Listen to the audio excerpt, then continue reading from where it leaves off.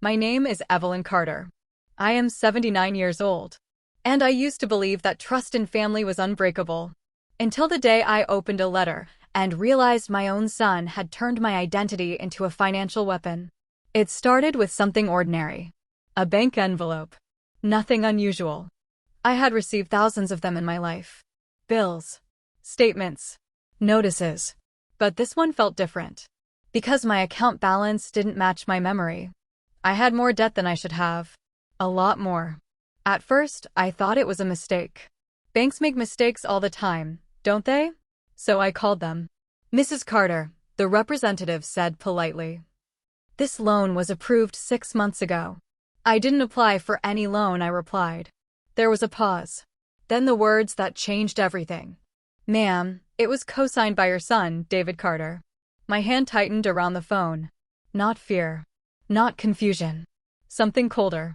Understanding. David. My only child. The boy I raised alone after my husband passed away. The boy I sacrificed everything for. I think there's a misunderstanding, I said calmly. There is no misunderstanding, the voice replied. Your signature is on the documents. But I knew my signature. I had signed enough legal papers in my life to recognize my own hand. And that wasn't it. It was forged. I hung up the phone slowly. And sat in silence. Not crying. Not panicking. Just thinking. Because at 79, you stop reacting first. And start observing. That evening, David came to visit. He looked normal. That was the most disturbing part. How are you, Mom? He asked casually. I've been better, I replied. He sat down like nothing was wrong. Like my life hadn't just cracked open. You should be more careful with your finances, he said. I looked at him. Quietly. That's interesting advice, I said. He smiled. I just want you to be secure. Secure. Such a beautiful word. When used honestly. And such a dangerous one. When used as a cover. David, I said gently. Did you take a loan in my name? His expression didn't change immediately. That's how I knew. He was prepared for this question. I helped you, he said finally. That wasn't an answer. It was a confession dressed as kindness. I was struggling, he continued. I needed support. The bank approved it faster under your name. Under my name. As if I were a tool. Not a person. And you thought that was acceptable? I asked. He sighed. Mom, you wouldn't understand the pressure I'm under. I nodded slowly. No, I said. I understand perfectly. Silence. Because I did. I understood more than he realized. I understood paperwork. Loans. Debt structures. Fraud. And consequences. I stood up. Walked to my desk. Opened a drawer. And pulled out a folder. What's that? He asked. My memory, I replied. Inside were copies of everything. Bank statements. Legal documents. Property records. And one thing David didn't expect. Evidence. I've been tracking this for weeks, I said calmly. His posture changed slightly. Still confident, but less comfortable. Mom, this is unnecessary. No, I said. This is necessary. I placed the documents on the table. You used my identity without consent. That's not how I see it, he replied quickly. I know, I said. And that's the problem. He stood up now. Frustration creeping in. You're overreacting. No, I said firmly. You're underestimating. Silence. Then I added. I spoke to the bank today. His eyes narrowed. They confirmed fraud investigation procedures will begin. Mom. I also spoke to my attorney, I continued. That stopped him. For the first time. Because now it wasn't emotional.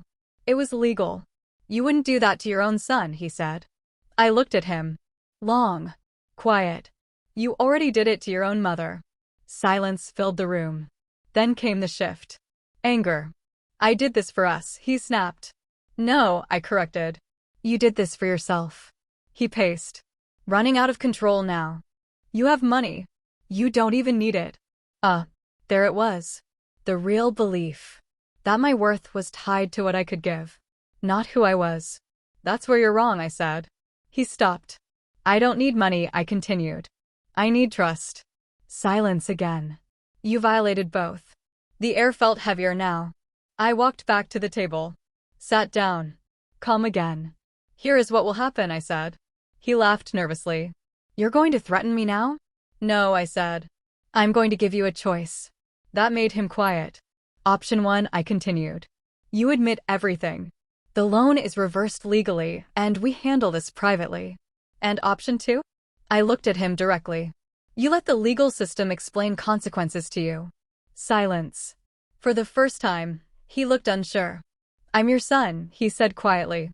I know, I replied. And that's why this hurts. That part landed harder than anything else. Because he understood something then. I wasn't angry. I was disappointed. And disappointment is heavier than rage. He sat down slowly. I didn't think it would go this far, he admitted.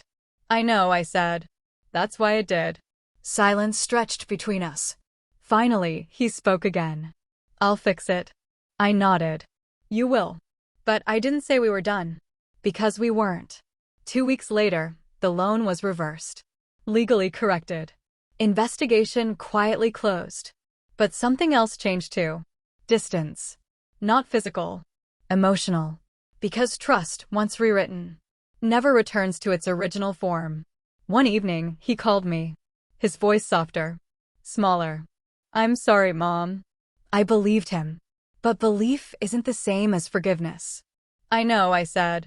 And I hope one day you understand what you really took. What? He asked. Not money, I replied. Peace. Silence. And then I ended the call.